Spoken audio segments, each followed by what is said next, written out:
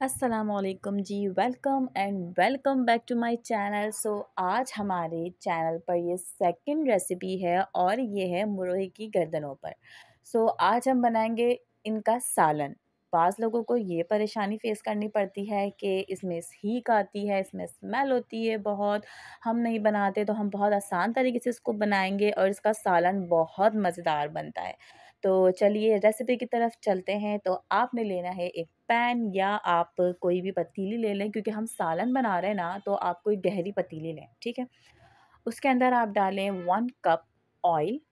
जो भी आप घी ऑयल जो भी आप यूज़ करते हैं वो डालें, और फिर इसके बाद आपने एक बड़ी प्याज बहुत फाइन चॉप करके आपने डालनी है। देखिए मैंने कितनी बारीक प्याज काटी हुई है, इसलिए क्योंकि जब हम कोई सालन बनाते हैं ना, उसके अंदर जितनी बारीक प्याज होगी वो उतनी ही जल्दी हल होती है और सालन उतना ही गाढ़ा बनता है।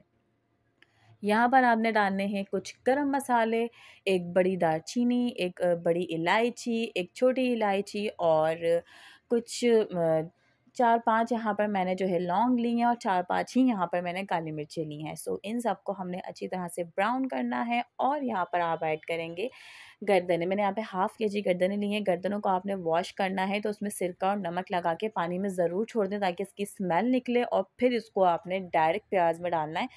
और यहाँ पर आपने बहुत अच्छी तरह से इसको मिक्स करना है ताकि ये पूरी सब जगह से ब्राउन हो।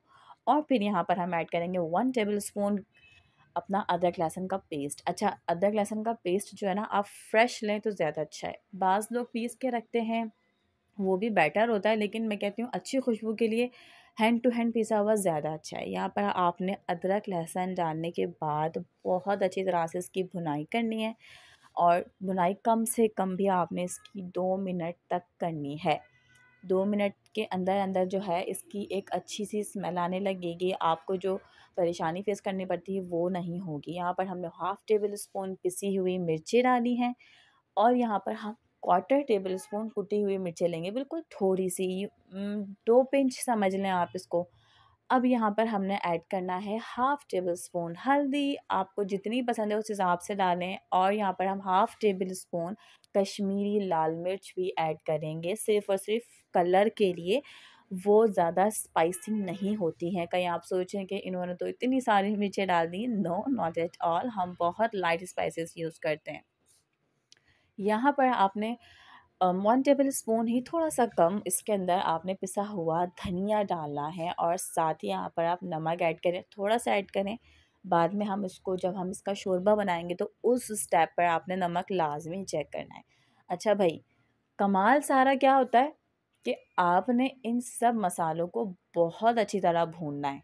अब बाज़ लोग क्या करते हैं, मसाला डाला, एक दफ़ा चलाया, पानी डाला और रख दिया। नो, हमने ऐसा नहीं करना।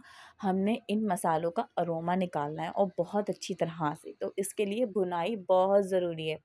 अब यहाँ पर इस स्टेज पे जो है मसाले जलने वाले होते हैं, तो हमने जलाना बिल्कुल भी नहीं है।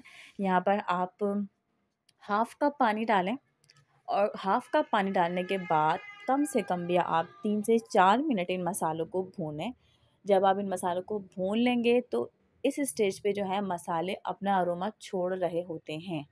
अब यहाँ पर हमने डालने हैं 3 दरमियाने साइज़ के टमाटर। इनको आपने बड़ा-बड़ा ही काटना है, छोटा काटें, बड़ा काटें, जैसा आपको समझ में आए। बस इस स्टेज पे जो है हमने टमाटरों को, मसालों को, प्याज़, अदरक, लहसुन, इन सबको अच्छी तरह से सॉफ़्ट करके भून देना है। अब यहाँ पर मैं जो है पतीले का ढकना ढक दूँगी, और तकरीबन 7 से 8 मिनट के बाद चेक करूँगी कि मेरे टमाटर गल गए या नहीं।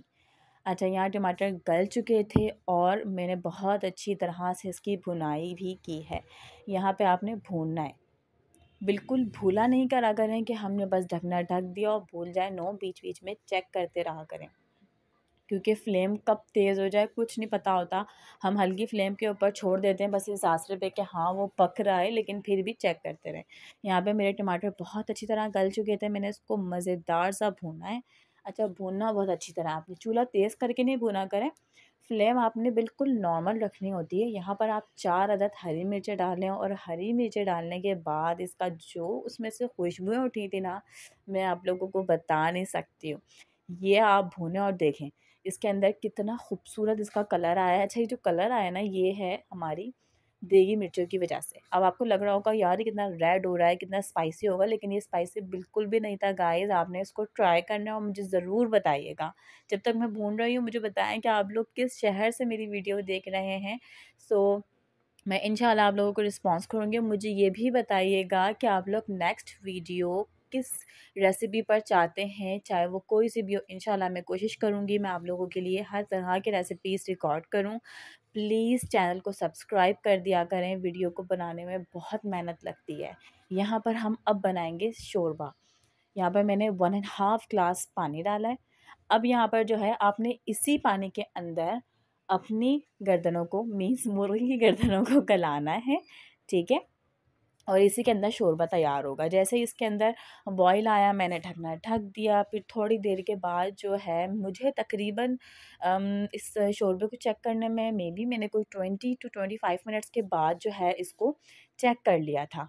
अब इतना शोरबा मुझे चाहिए था तो मैंने इतना रखा है और यहाँ पर इस स्टेज पर मैं नमक चेक करूँगी।